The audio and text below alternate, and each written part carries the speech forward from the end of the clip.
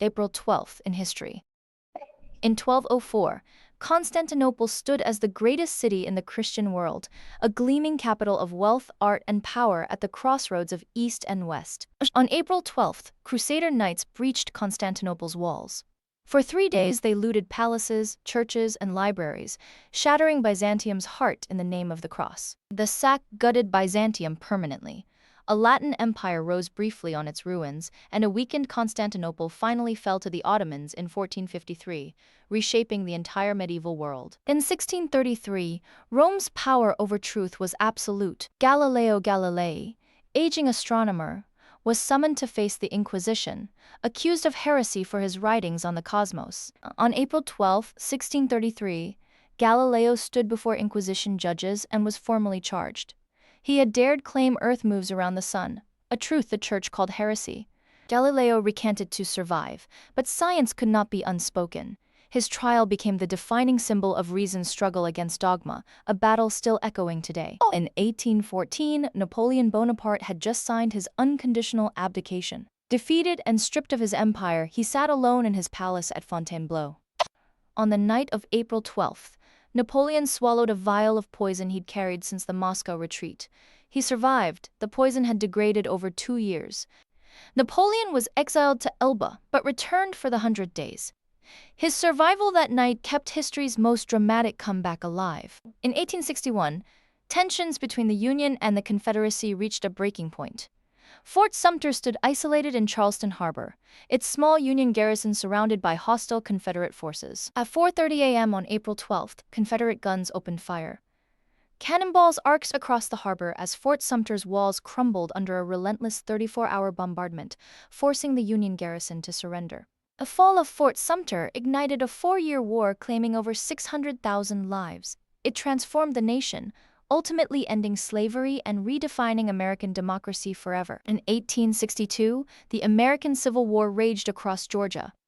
Union spy James Andrews recruited 21 soldiers for a daring mission deep inside Confederate territory. At Big Shanty, while Confederate soldiers ate breakfast, Andrews' men seized the locomotive The General and thundered north, cutting telegraph lines and burning bridges. The raiders were captured, but their audacity made them the first recipients of the Medal of Honor. The chase became a legend of Civil War daring. In 1917, the Western Front stretched across northern France in brutal stalemate. Canadian troops massed at the base of Vimy Ridge, a fortified German stronghold that had defied Allied assaults for years. On April 9th, all 4 Canadian divisions attacked together, the first time in history.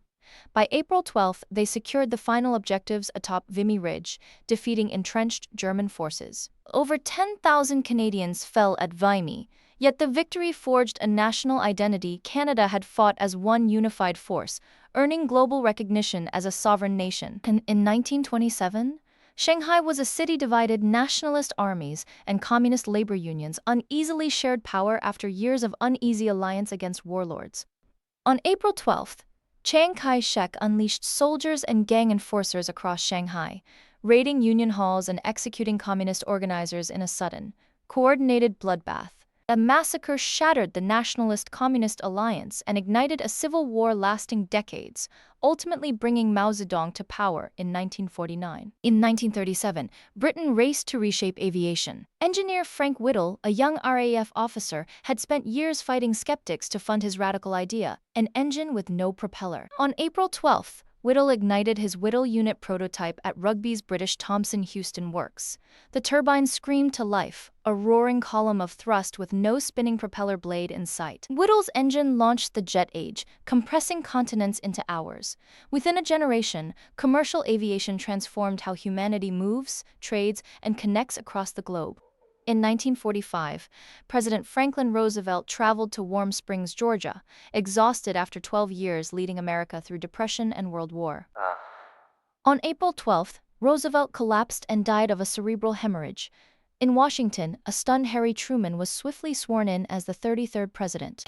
Truman inherited a 2-front war and the atomic bomb decision. Within months, he shaped the end of World War II and the dawn of the nuclear age. In 1945, as Allied forces swept across Germany, General Dwight Eisenhower approached the gates of Ohrdruf, a Nazi subcamp near Buchenwald. Eisenhower walked through the camp, witnessing unspeakable evidence of mass murder. Shaken, he immediately ordered journalists and U.S. congressmen summoned to document everything. Eisenhower's decision to document Ohrdruf created undeniable proof of the Holocaust, shaping war crimes trials and historical memory for generations.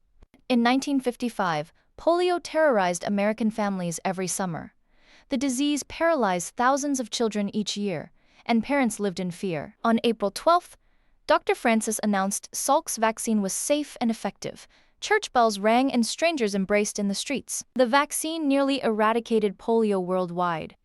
It remains one of medicine's greatest triumphs, proving science could conquer humanity's most feared childhood diseases. In 1961, the world watched as the Soviet Union prepared to send a human being beyond Earth for the very first time. Cosmonaut Yuri Gagarin launched aboard Vostok 1, orbited Earth in 108 minutes, and landed safely the first human in outer space. Gagarin's flight ignited the space age, inspired generations, and led humanity to the moon just 8 years later.